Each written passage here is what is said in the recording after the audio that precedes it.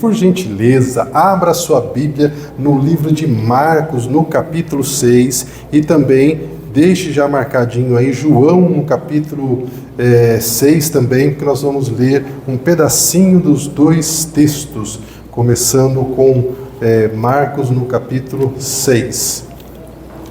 O tema do nosso mês são os milagres de Jesus, e hoje é o milagre da multiplicação. Glória a Deus. Nós vamos ver aquilo que o Senhor pode fazer, mesmo quando aquilo que existe é muito pouco.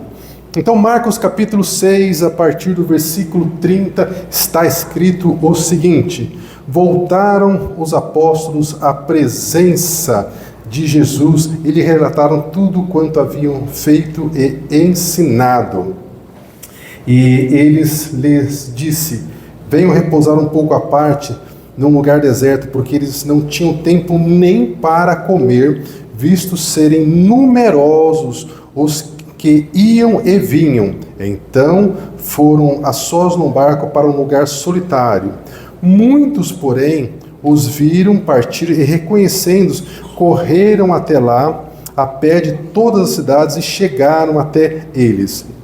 Ao desembarcar, Jesus viu uma grande multidão e se compadeceu deles, porque eram como ovelhas que não têm pastor, e passou a ensinar-lhes muitas coisas a respeito do reino de Deus.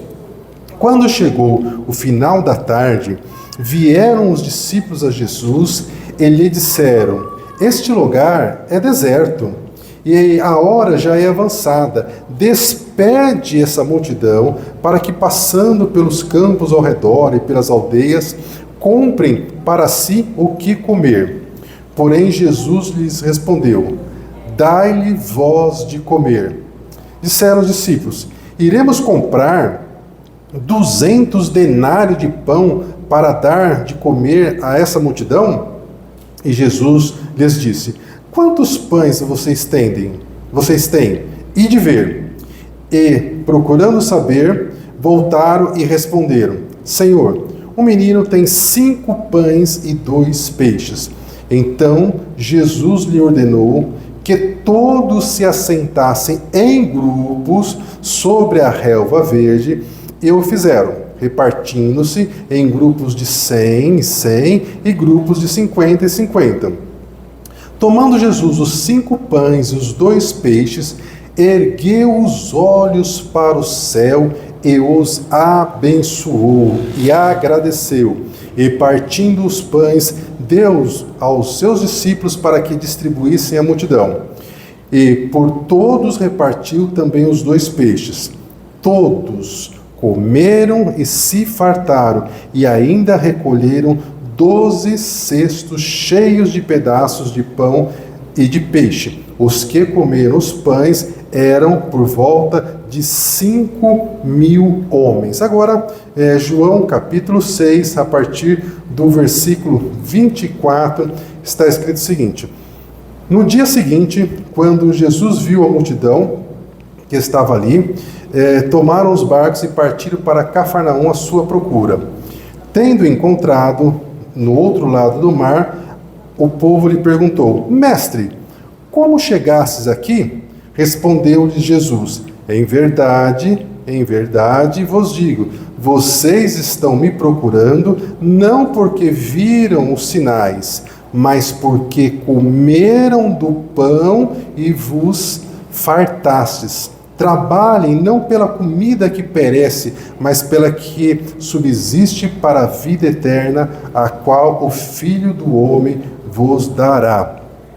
Porque Deus, o Pai, o confirmou com o seu selo. Até aqui. Amém, aleluia, glória a Deus. Meus irmãos, esse momento da história de Jesus é um momento tão espetacular, ele é tão formidável, que junto com a ressurreição de Jesus, é o único milagre que é, de fato, comentado nos 4 evangelhos. Porque quando você vê uma situação, se tiver lá 2, 3 pessoas, cada uma vai relatar aquela situação a partir do momento que ela viu, como ela viu.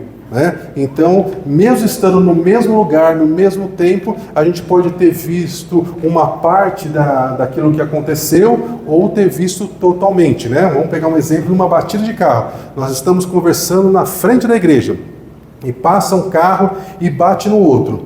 Aquela pessoa que estava de frente para os carros, ela viu tudo, mas a que estava de costas só ouviu o barulho e ela só consegue testemunhar a partir do momento que ela ouviu o barulho e ela testemunha. Nos evangelhos acontece mais ou menos isso. Cada evangelista registrou aquilo que viu, que achou que era mais significativo e escreveu. Agora, a ressurreição de Jesus, todos os evangelistas escreveram, porque de fato é algo muito importante, que é o que faz a diferença entre Jesus e todos os homens da terra, porque todos morreram e continuam mortos, mas Jesus morreu e ressuscitou, amém, aleluia, glória a Deus. Então, além do milagre da ressurreição, o único milagre que é comentado nos 4 evangelhos é o milagre da multiplicação dos pães e dos peixes, porque ele foi muito importante e ele nos ensina muitas lições. Então nós vamos aprender com a palavra de Deus hoje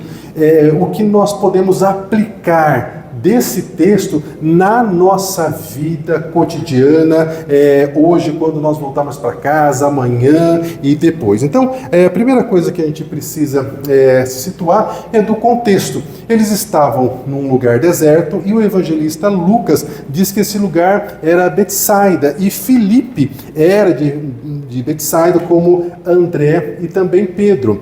Então Jesus, no outro evangelho, ele pergunta para Filipe, onde é que nós podemos comprar pão para essa multidão? Mas claro que Jesus já sabia o que ele iria fazer, mas ele estava fazendo isso para experimentar Filipe, em outras palavras, para dar mais experiência para Filipe, para que fizesse Filipe entender exatamente tudo aquilo que estava acontecendo.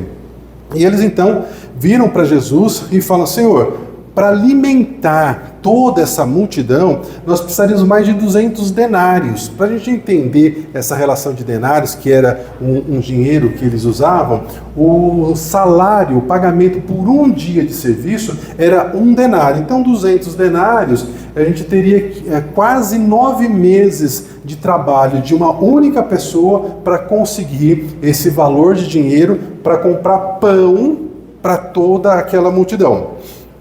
Então, Filipe tem convicção que não tem como comprar esse pão. Então, a lógica, a coisa mais simples vamos despedir o povo, vamos dizer para o povo: olha, amém, glória a Deus, vocês já foram abençoados, porque a palavra fala que Jesus ensinou a multidão, mas também curou os enfermos que estavam entre aquela multidão.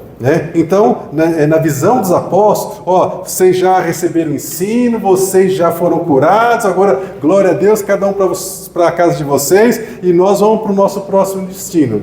Mas Jesus quer ensinar os seus discípulos, e ele então fala para André, quais são a quantidade de pães que eles têm, e André diz: olha, tem um menino que tem aqui 5 pães e 2 peixes. Mas o que é 5 pães para uma multidão de 5.000 pessoas? E esse número de 5.000 pessoas não está sendo contado aqui mulheres e crianças. Então, se a gente acrescentar mulheres e crianças, a gente vai ter um número muito maior.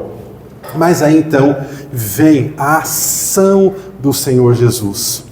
A palavra fala que o Senhor pegou aqueles pães, ele agradeceu por aquilo que tinha e começou então a multiplicação desses pães. Então, meus irmãos, a primeira coisa que nós precisamos aprender nesse texto é que, tendo muito ou tendo pouco, você precisa agradecer. O Salmo 122, ele diz: eleva os olhos para os montes estão nos altos, né? De onde me vem o socorro? O meu socorro vem do Senhor que fez os céus e a terra. Então, meus irmãos, nos bons momentos, você precisa elevar os seus olhos ao Senhor. Nos maus momentos, você também precisa elevar os olhos para o Senhor. Por quê? Porque existe um segredo na gratidão. E que segredo é esse? A gratidão, um coração agradecido, ele gera multiplicação. Um coração agradecido, a gratidão, ela gera multiplicação. Mas a murmuração gera diminuição. Por quê? Vamos pensar de maneira bem prática.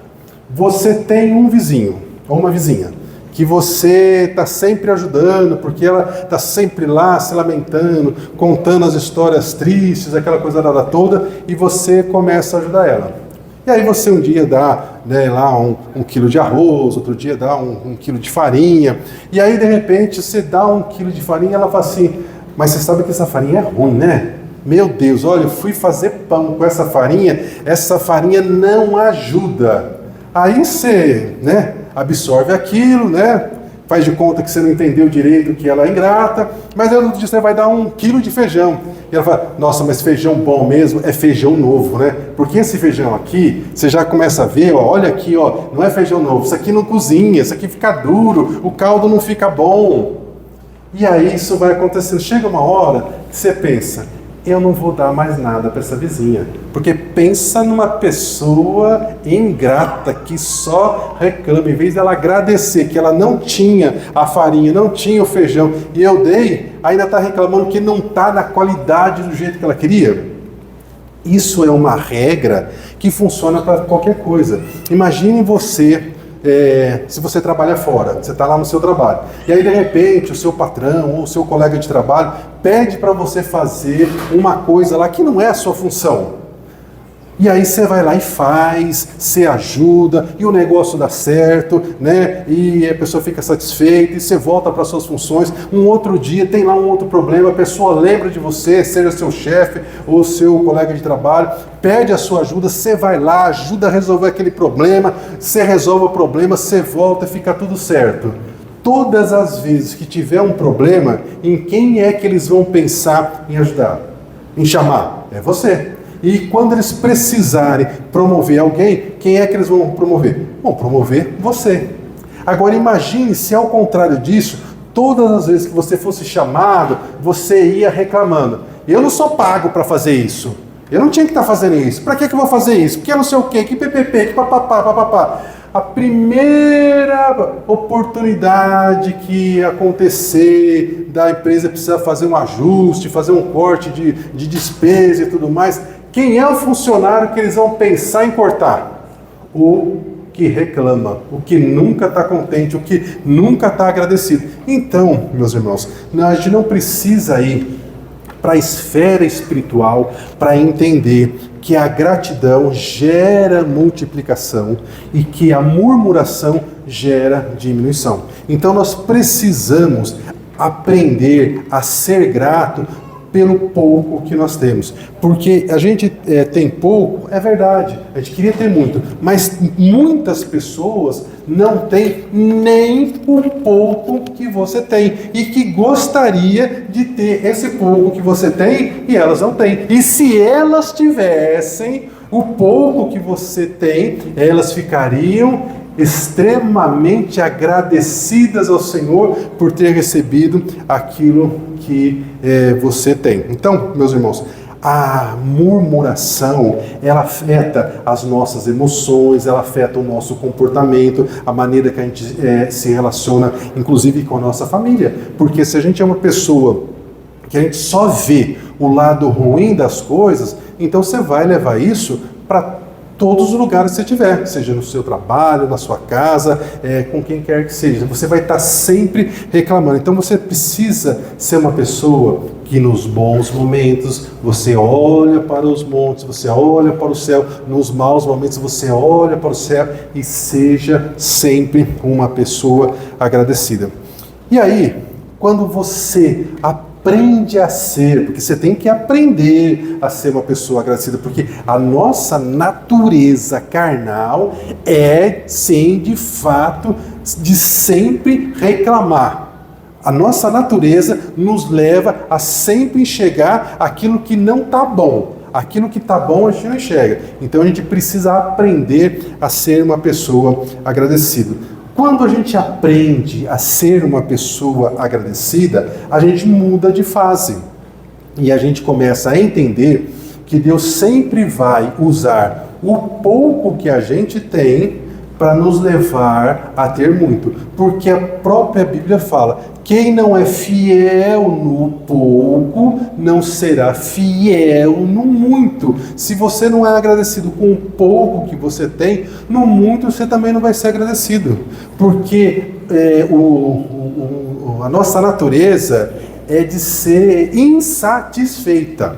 Insatisfeito. Nós somos insatisfeitos por natureza. Se você tem, uma bicicletinha, você não está contente com a sua bicicletinha porque você queria ter era uma moto. Se você tiver uma moto, você não está satisfeito com a moto porque você queria ter um carro. Mas se você tiver um carro, você não vai estar satisfeito porque você queria, na verdade, era ter um carro 0 km. Se você tiver um carro 0 km, você não vai estar satisfeito porque o que você queria mesmo era um carrão importado. Se tivesse um carrão importado, você também não estaria satisfeito porque quem é rico mesmo tem helicóptero. E aí, se você tivesse o helicóptero, você também não ficaria satisfeito, porque bilionário, além de carro importado, além de helicóptero, tem que ter avião. E você queria ter avião.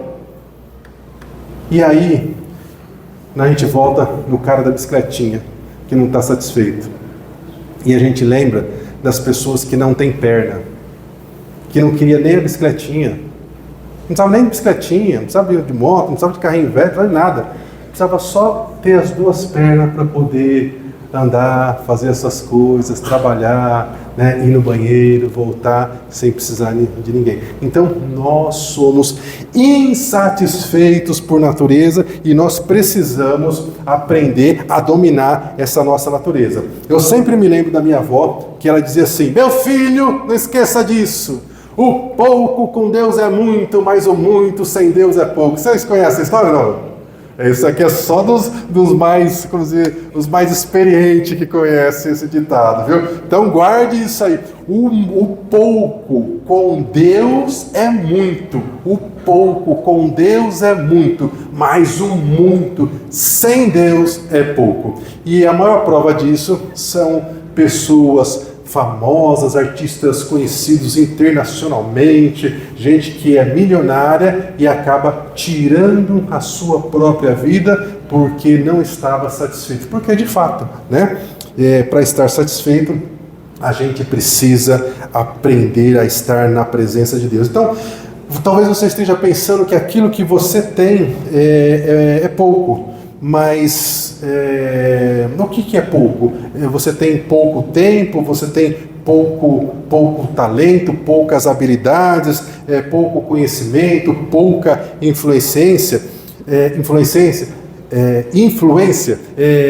O que é importante, meus irmãos, é saber que Deus sempre vai começar os milagres na sua vida a partir das pequenas coisas que você tem. Não pense que você tem que esperar ter muita coisa para depois ver o agir de Deus na sua vida. Vamos lembrar de Davi? Davi era pequeno comparado ao gigante Golias. A pedra que Davi usou na luta contra Golias era menor ainda. Quando o profeta Elias foi falar com a viúva que Deus tinha dado a ordem que ela iria sustentá-lo durante todo o período de seca, ela disse: eu não tenho nada na minha casa a não ser um punhado de farinha na panela e um pouquinho de azeite na botija. E o profeta soltou uma declaração: a farinha na panela não faltará, e o azeite na botija não acabará. Aleluia, glória a Deus. A gente tem que tomar posse disso. Você está aqui até hoje porque Deus não deixou acabar a farinha na sua panela, não deixou acabar o azeite na sua botija, apesar de todas as lutas, apesar de todas as dificuldades que você já enfrentou e você continua enfrentando, mas você está aí firme e forte, porque o Senhor te sustenta, amém? Aleluia, glória a Deus. Aí, meus irmãos, uma segunda coisa que nós precisamos aprender nesse episódio da multiplicação é que antes de realizar um milagre, Deus mandou colocar ordem naquela bagunça. Que bagunça era? Tava lá aquela multidão, né? 5.000 pessoas, sem falar dos homens e das mulheres. Jesus falou assim, não, vamos organizar o negócio. Manda o povo sentar em grupos de 100 e grupos de 50. Então, imagine aquela multidão, todo mundo junto, de repente começa uma organização. E nós temos também por natureza a tendência de ser pessoas desorganizadas. Por exemplo, como é que está o guarda-roupa lá da sua casa? Se eu fosse lá na sua casa hoje e abrisse a porta do seu guarda-roupa, como é que você ia ficar clamando glória a Deus? Senhor, cega os pastores agora nesse momento. Senhor, tira a visão, não deixa ele ver, né? Ou eu ia olhar lá no seu guarda-roupa e falar assim, nossa, irmã, glória a Deus, hein? Que pessoa organizada que você é, né? E isso, meus irmãos, em todas as áreas, área financeira. Como é que é a sua organização com o seu dinheiro? Ah, pastor, mas eu tenho tão pouquinho dinheiro. Quem não é fiel no pouco, não é fiel no muito. Se você não consegue ser organizadinho com o pouco dinheiro que você tem, você nunca vai ter muito. Entende? Então, meus irmãos, se você quer mudar coisas na sua vida, você precisa lembrar que Jesus, antes de fazer esse milagre fabuloso, ele colocou ordem no barraco, mandou o povo sentar lá em grupos. Por quê? Porque no momento da distribuição dos alimentos, imagine a confusão que seria se o povo não tivesse sentado de maneira organizada. Porque eu imagino, se eram grupos, né? Então tinha um corredor entre um grupo de 50, outro grupo de 50, entre um grupo de 100, porque aí os discípulos podiam andar, podiam circular, e aí não tinha bagunça, não tinha desorganização. Agora, veja como que são as coisas no reino de Deus. Fora do reino de Deus, nós somos ensinados que a gente não pode levar desaforo para casa, que bateu, levou, que a gente tem que responder à altura e que a gente tem que estar sempre por cima, né? É mais ou menos isso que a gente aprende. No reino de Deus, a Bíblia diz que aqueles que se humilham serão exaltados. E veja, olha que coisa surpreendente. Jesus multiplicou tanto pão, tanto peixe naquela tarde, e aí ele dá uma ordem para os discípulos, depois que todo mundo comeu, que não aguentava mais ver pão nem peixe na frente, né? Jesus falou assim, agora recolham tudo aquilo que sobrou. Irmão, vamos ser sincero, Jesus precisava mandar recolher, era só ele fazer outra oração, ia multiplicar pão de novo, ia multiplicar peixe, ia aparecer lá o que ele quisesse. E por que ele deu essa ordem que era para recolher aquilo que sobrou? Para nos ensinar a não desperdiçar as coisas. E a gente também tem uma natureza que gosta de desprezar as coisas, que não gosta de economizar. O profeta Isaías, no capítulo 55, ele escreveu o seguinte: por que, uma pergunta, por que você gasta dinheiro naquilo que não é pão? Pão aqui representa prioridades. Por que você gasta dinheiro com aquilo que não é prioridade? Por que você gasta o fruto do seu trabalho naquilo que não pode satisfazer? Há uns 3 anos atrás, meu filho virou para mim, era adolescente, virou para mim assim: ô pai, o que você acha de comprar um iPhone para mim? Né? Eu falei assim: filho, eu não acho, eu tenho certeza que esse iPhone nunca chegará na sua mão. Mas por quê, pai? Assim, meu filho, pensa bem, você precisa de um celular, não é verdade? Eu sei, você é adolescente, você quer mostrar as coisas boas para os seus amigos e etc e tudo mais. Mas veja bem, você tem uma situação financeira privilegiada. Alguns dos seus amigos também. Mas a outra parte dos seus amigos não tem a mesma situação financeira que você tem. Se você aparece no grupo dos seus amigos com um iPhone, todos os seus amigos vão ser influenciados e vão achar que também precisam ter um iPhone, que custa uma fortuna e que com outro celular, né, você consegue mandar as fotos pelo WhatsApp, tirar suas fotos, mandar mensagem, receber mensagem, que no final das contas é basicamente isso que vocês fazem no celular. Então você não vai ter um iPhone nunca enquanto você for dependente dos seus pais. Eu vou te dar um celularzinho mediano e vai ser muito bom e você vai ser feliz com esse celular e você não vai exercer com esse celular mediano pressão no grupo dos seus amigos para ninguém ter iPhone. E com isso, irmãos, eu mostrei para ele, vamos fazer as contas de quanto custa um iPhone. Se fosse hoje, um iPhone mais caro está em torno de 8 mil, qualquer outra loja, talvez uns 10 mil reais. Com 2 mil reais, meu irmão, minha irmã, você compra um celular novinho. Não vou nem falar de comprar usado, você pode dizer, mas o pastor também é mão fechada, né? Se atravessar o Ivaí com um sorrisal na mão, vai chegar do outro lado lá com ele seco. É verdade, eu chegaria mesmo, né? Porque o Senhor me ensinou a ser, né, econômico. Eu falei, meu filho, nós vamos comprar um celular, né, com menos da metade desse valor e o restante a gente deixa investido, deixa guardado no nosso bolso. Para que passar esse dinheiro para a empresa do iPhone, né? Vamos guardar o dinheiro no nosso bolso. Então, irmãos, são coisas que a gente não é ensinado em casa, né? São coisas que a gente vai aprender na medida que Deus vai revelando para a gente quais são os propósitos em todas as áreas da nossa vida. Seria muito limitado se a gente viesse para a igreja para aprender apenas a palavra de Deus. Porque você sabia que de palavra de Deus mesmo, de relacionamento com Deus, a cada domingo a gente aprende muito pouco, porque na maior parte das vezes Deus está nos ensinando como nos relacionar dentro da nossa casa e com as pessoas ao nosso redor. Porque se a gente não consegue se relacionar com as pessoas da nossa casa, com as pessoas do nosso redor, como é que nós vamos dar bom testemunho que nós somos cristãos? E aí, para a gente viver bem e poder desfrutar de todas as bênçãos que Deus tem para nós, Deus precisa nos ensinar o beabá de tudo, inclusive como trabalhar, que é o exemplo de José no Egito. Tudo que você fizer, você tem que fazer com excelência. José no Egito, na casa do Potifar, como escravo, ele se destacou. Na prisão, José se destacou. Se destacou por quê? Porque ele era bonitão? Não, porque ele trabalhava com excelência. E aí, meus irmãos, a Bíblia fala que a gente tem que cuidar, inclusive, do nosso nome.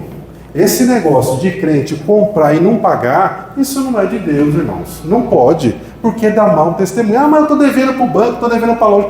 Não importa, no mundo espiritual, o demônio está lá dizendo, seu filho lá, dando nó no povo lá, comprando e não pagando. Não pode. Então nós precisamos aprender a ter humildade e fazer as coisas do jeito que Deus manda, que é ser humilde, quando precisar, recolher aquilo que sobrou, recolher, quando precisar recolher os estragos que a gente fez, a gente tem que recolher os estragos que a gente fez, de que forma? Indo lá, pedindo perdão para a pessoa, dizendo, olha, me perdoe, eu exagerei, falei isso, fiz aquilo, não devia, eu sei que te ofendi e estou aqui para me desculpar. Agora, um outro ponto, meus irmãos, que é também da nossa natureza, é se aproximar de Deus, não por causa de Deus, mas por causa das bênçãos que Deus nos dá.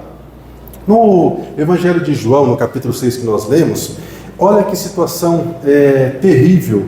As pessoas foram falar com Jesus E Jesus disse para eles: olha, eu sei que vocês estão me seguindo, não é porque vocês viram os sinais, não é porque vocês ouviram aquilo que eu ensinei e vocês acreditaram.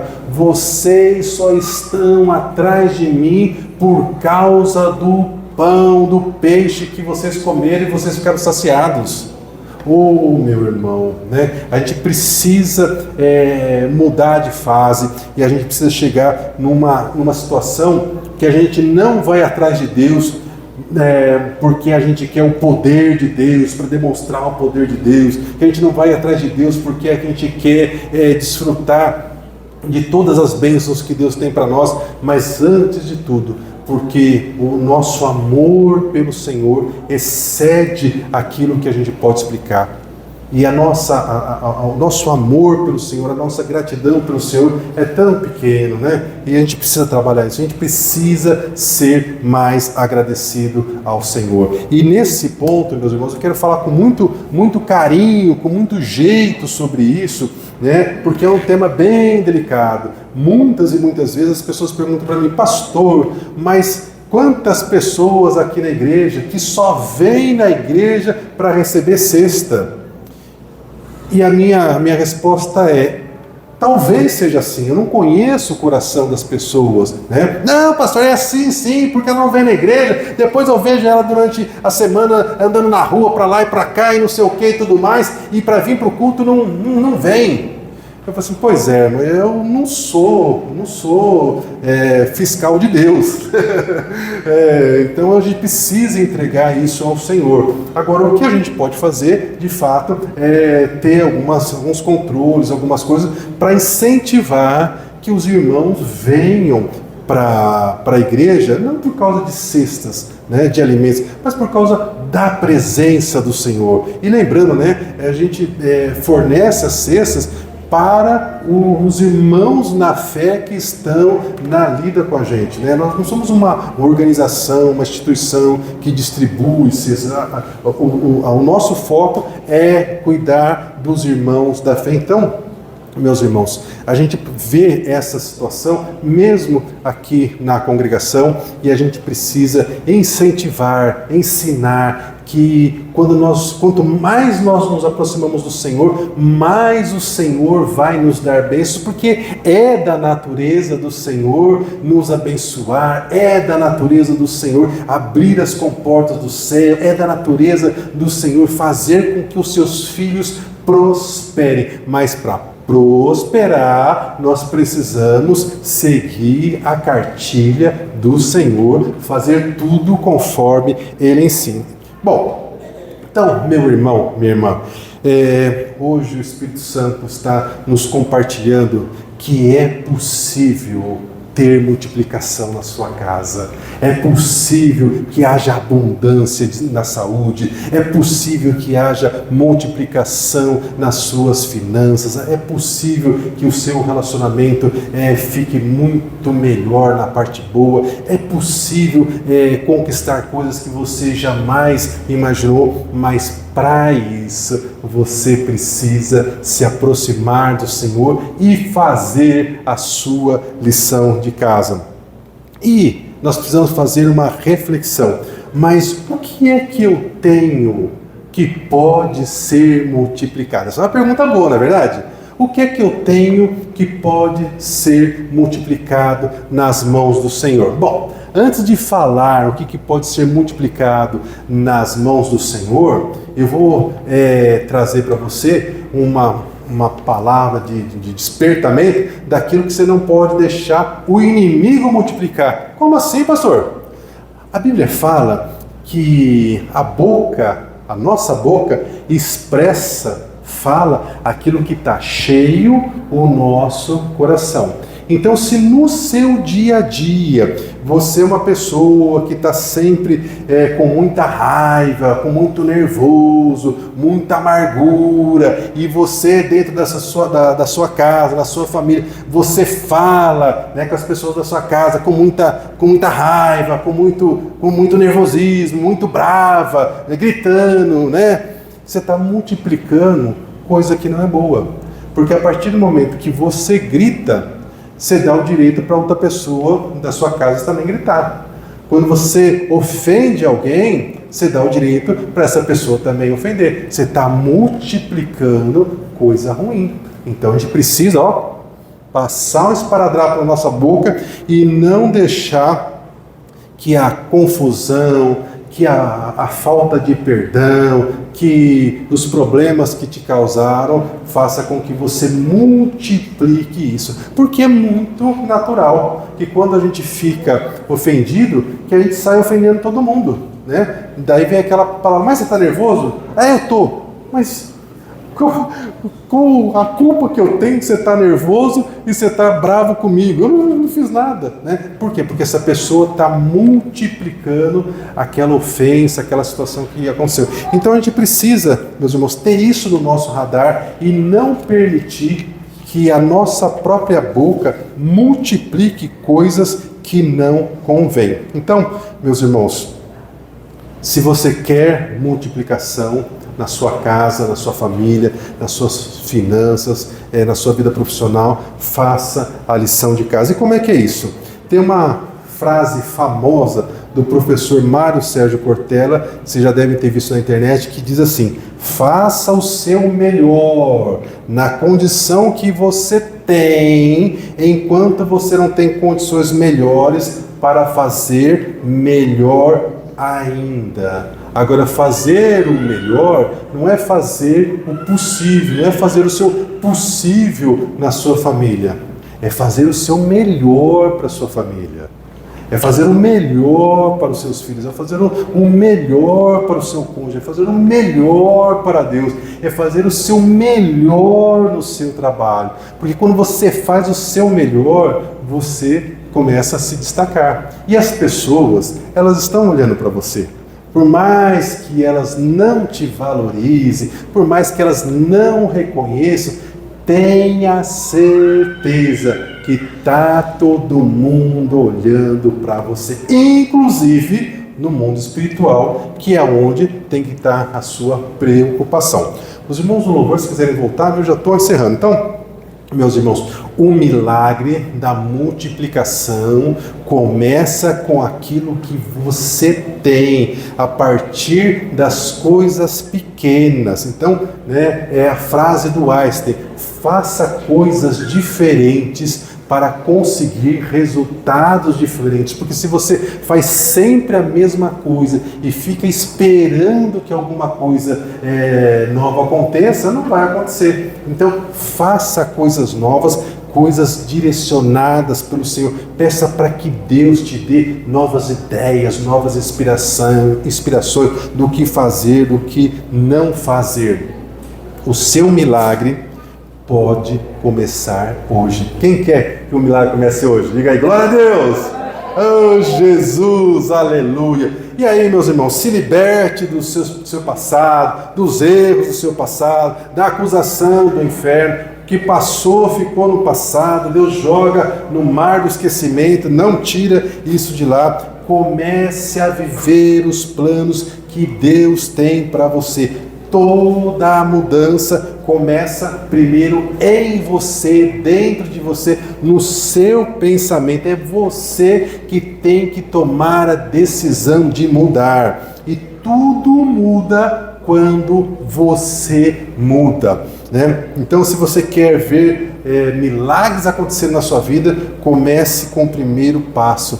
Permita que Deus transforme o seu coração e a sua maneira de reagir a tudo. A sua maneira de reagir tem que ser do jeito que Deus quer que você reaja. Então, meus irmãos, seja a pessoa que Deus quer que você seja.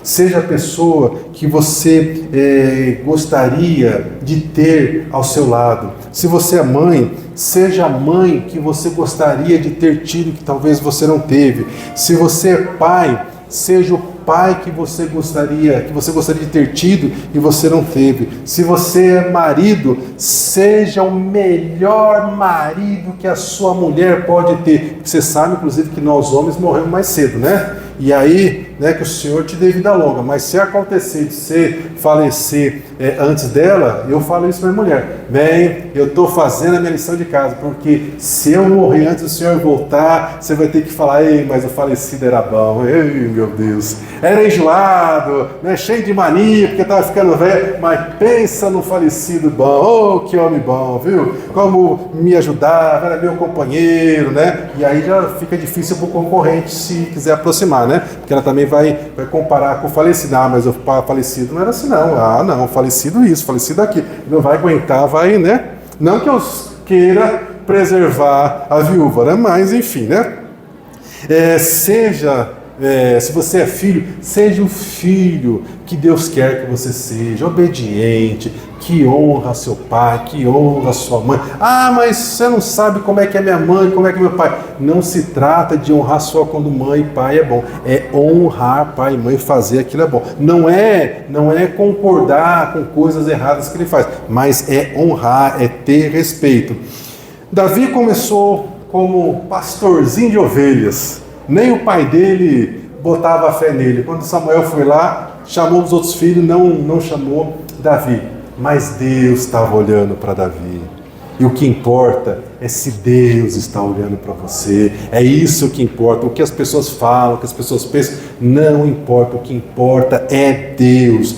Davi começou como pastorzinho de ovelhas e terminou no palácio como o maior rei de Israel. José no Egito começou mal, traído pelos irmãos, foi jogado no poço, foi jogado na escravidão, foi jogado na prisão, mas se tornou o maior governador do Egito. Então, meu irmão, Jesus vai multiplicar o pouco de fé que você tem, o pouco de esperança, o pouco de força, o pouco de talento, o pouco de capacidade profissional. Coloque tudo que você tem, mesmo que seja pouco, nas mãos do Senhor. E aí a pergunta é: você está pronto para receber a multiplicação? Se você está pronto para receber a multiplicação, meu irmão, Deus está pronto para te abençoar, amém? Aleluia! Quero convidar você a se colocar em pé e vamos louvar ao Senhor.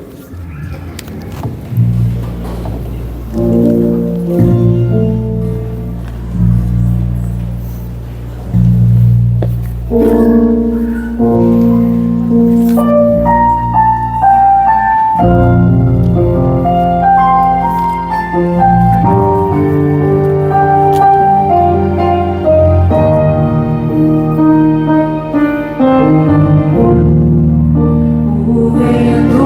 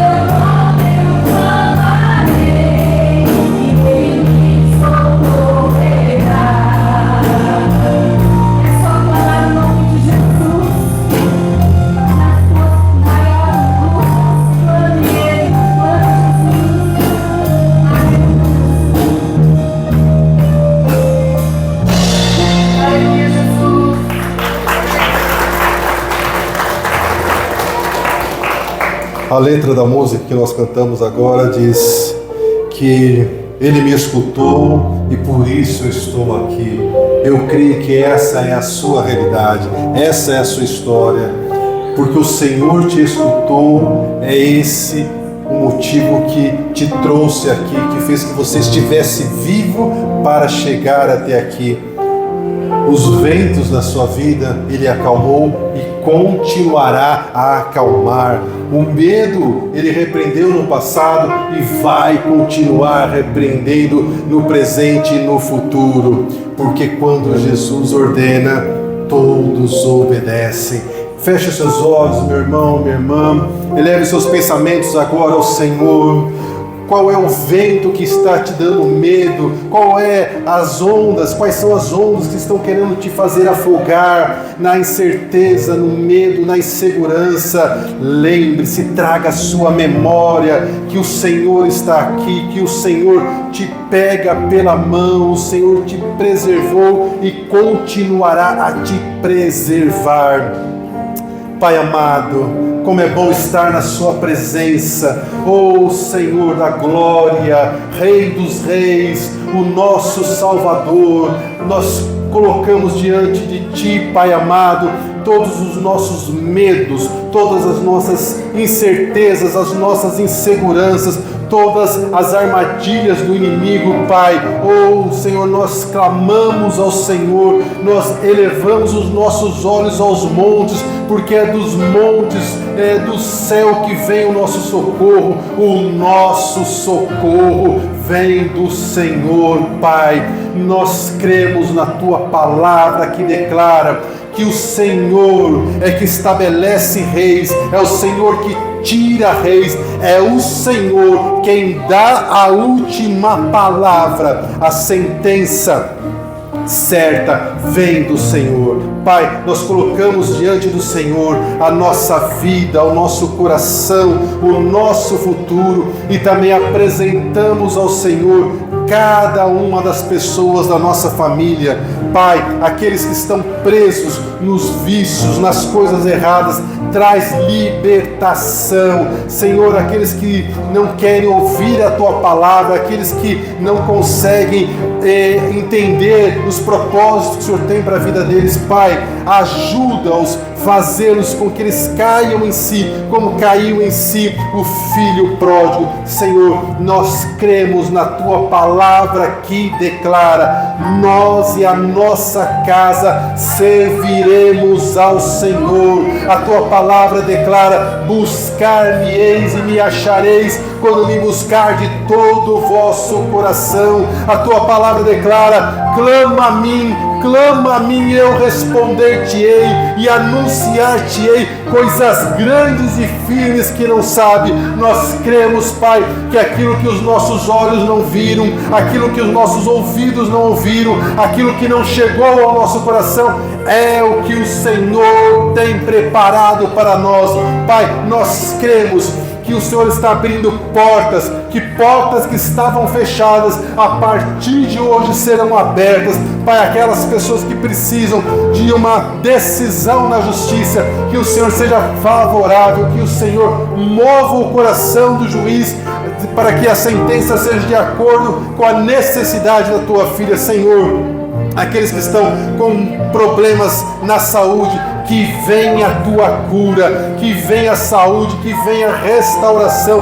Declaramos saúde sobre o Teu povo, Pai. Aqueles que estão com problemas nos relacionamentos, Pai, nós repreendemos todo o levante do inimigo na vida dessa família, Pai. Nós declaramos que haverá paz sobre essa casa, haverá tranquilidade, haverá amor, haverá respeito, Pai, em nome de Jesus. Senhor, livra-nos de toda a armadilha do inimigo. Senhor, nos livra do dia mau. Senhor, nos livra da depressão. Senhor, nos livra da ansiedade. Nós lançamos sobre o Senhor toda a ansiedade. Declaramos que nós sabemos que o Senhor vai à nossa frente e que nenhum mal nos sucederá, porque nós estamos debaixo das tuas asas. Que o teu povo que está aqui, Senhor, saia daqui renovado por causa da tua presença, do teu amor, do teu cuidado, para que eles saibam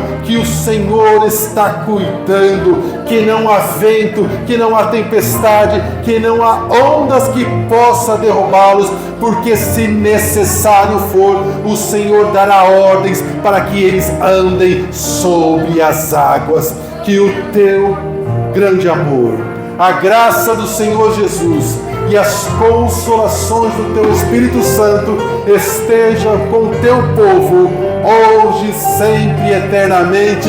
E o povo de Deus diz amém. Glória a Deus, aleluia, aleluia.